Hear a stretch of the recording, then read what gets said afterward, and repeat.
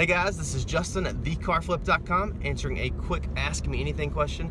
And the question was pretty simple. It was, why are dealer prices, so the prices you're seeing at dealerships, so much higher than private party based on Kelley Blue Book? So that's kbb.com.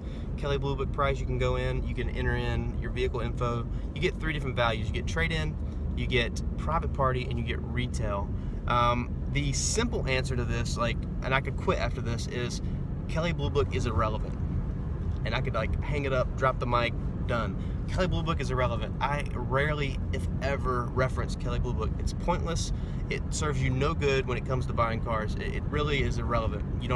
I would never look at it when you're buying a car because it's pointless. The only time I use Kelley Blue Book is when someone comes into my dealership and asks, what's my car worth? I'm looking to trade in my car, I need to know a value, what's it worth? I pull up their car on Kelley Blue Book, I put in trade-in value, and it gives me a decent idea as far as a wholesale price. If you want to look at the trade-in prices for the cars you're buying, it might not be too inaccurate on the prices you need to pay, but the prices on the private party side is not what you want to sell it for most of the time. Most of the time it's just way off.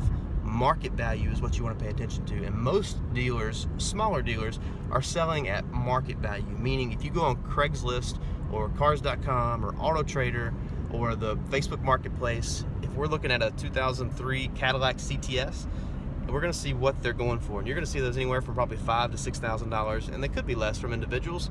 So a dealer isn't going to price it at $8,900 because they're not going to get that unless they're doing some sort of a buy here, pay here, or a financing type thing, in which case they're probably not going to advertise the price anyway. They're going to advertise a $500 down or whatever.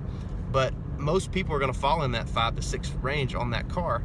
And if you go to the dealership, they're going to be asking 5 or 6, and you may see individuals asking less, but that might be because they don't know the market as well. There could be an issue with it. But dealers, smaller dealers, like a dealership like mine, we don't keep a ton of cars. We keep 15 cars out on the front line at a time, sometimes less. So we have to stay competitive with individual prices because people that are looking at my cars are also looking at cars for sale on Craigslist. But the reason I price at the way I do is because I'm pricing at the market. I'm not pricing over and above. I'm pricing at what cars are actually selling for, what people are asking for those cars.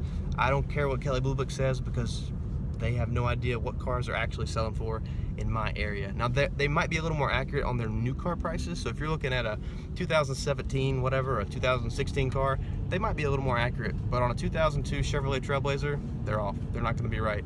2004 Jeep Wrangler, it's not going to be right.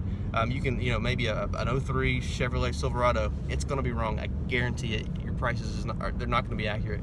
So Kelley Blue Book wouldn't be something that I would use unless you're wanting to deal with someone on a trade-in. If someone wants to trade in a car, yeah, pull it up and tell them, Kelley Blue Book says your car's worth X amount on trade.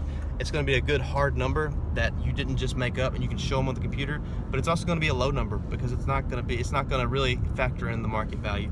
So I hope that helps. Don't worry about it when you're pricing your cars.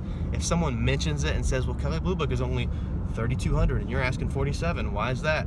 You could say, because I didn't look at Kelley Blue Book. I looked at what everyone else was selling theirs for, and we determined our price based on the market value, not some made-up book value that doesn't really even mirror what the market's at. So I hope that helps.